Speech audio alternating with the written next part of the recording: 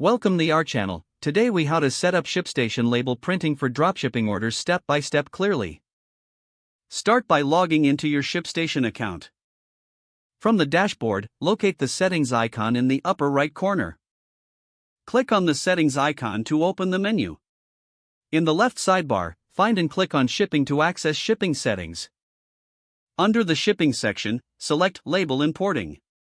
Here, ensure your label importing preferences are set to match your dropshipping needs. Next, navigate to the shipping provider settings.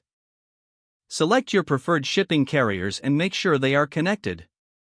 Once connected, return to the dashboard and locate your orders. To find dropshipping orders, use the search bar or filter options. Select the orders you want to print labels for. After selecting the orders, click on the Print button. Choose the label option from the drop-down menu.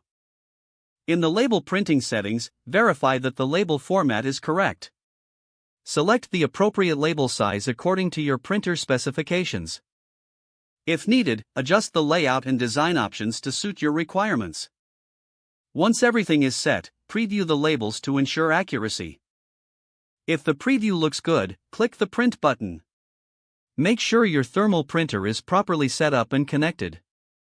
Ensure that you have the right label stock loaded in the printer. After printing, check that the labels are clear and properly formatted. You're now ready to ship your dropshipping orders with ShipStation. If any issues arise during the process, refer to ShipStation's support documentation. This step-by-step process should streamline your dropshipping label printing. If the page does not load, refresh the browser or try again in a private or incognito window. Make sure you are using the correct email address, then retype it carefully to avoid small typos. If your password is not accepted, use the reset option and create a new strong password you can remember.